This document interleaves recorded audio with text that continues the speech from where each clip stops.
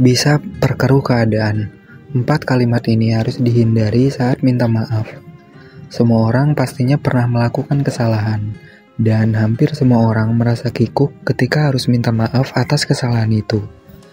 Beberapa orang gak tahu apa yang harus diucapkan.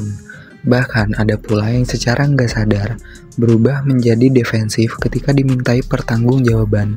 Permintaan maaf yang tulus emang sulit diutarakan.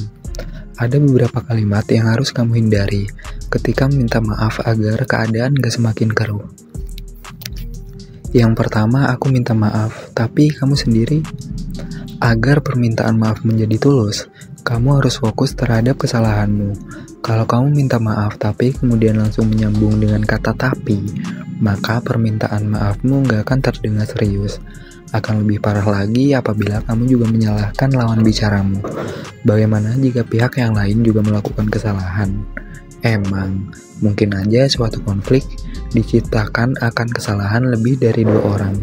Namun, jangan menggabungkan 2 permintaan maaf ke dalam satu pembahasan. Kamu bisa meminta maaf terlebih dahulu akan kesalahanmu. Kemudian, secara terpisah menyatakan pikiranmu terhadap masalah yang ada.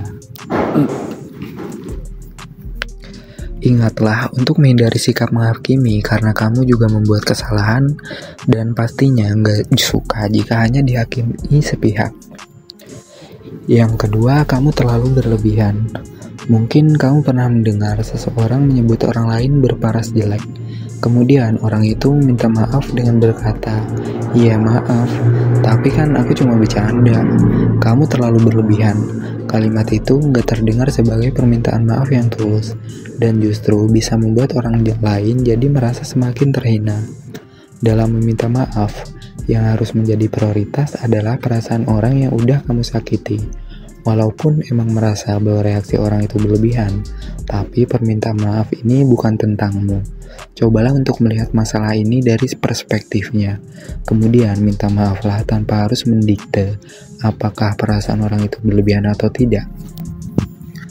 Yang ketiga, aku kan cuma begitu karena bla bla bla.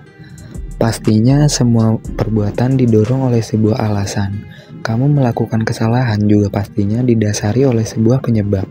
Namun dalam meminta maaf, kamu harus bisa membedakan mana yang memberikan penjelasan dan mana yang mencari alasan. Kamu berhak untuk menjelaskan alasanmu melakukan sebuah kesalahan. Ada kemungkinan lawan bicaramu juga ingin tahu penyebab kamu melakukan kesalahan itu. Namun kamu baru bisa memberikan alasan setelah kamu menyampaikan maaf secara tulus. Hal yang terpenting, kamu harus bisa menekankan bahwa kamu merasa bersalah, terlepas dari apapun alasan kamu melakukan kesalahan itu.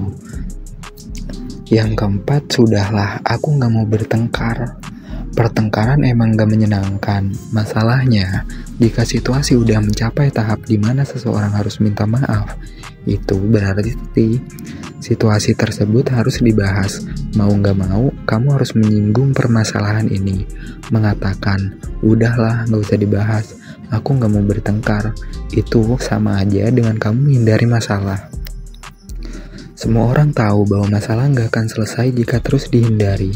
Meskipun sulit, kamu tetap harus menyinggung masalah untuk meminta maaf. Lakukan permintaan maaf secara tulus, dan hindari semua kalimat yang bisa memicu amarah, seperti yang udah dibahas pada poin-poin sebelumnya. Hanya dengan itulah pertengkaran bisa dihindari.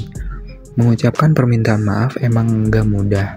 Dengan menyadari bahwa kamu harus minta maaf, itu berarti kamu udah berada di jalur yang tepat. Satu hal terpenting lainnya yang harus kamu ingat adalah, selain kamu memperhatikan ketulusan ucapan, kamu juga harus berusaha untuk memperbaiki diri dan keadaan lewat aksimu.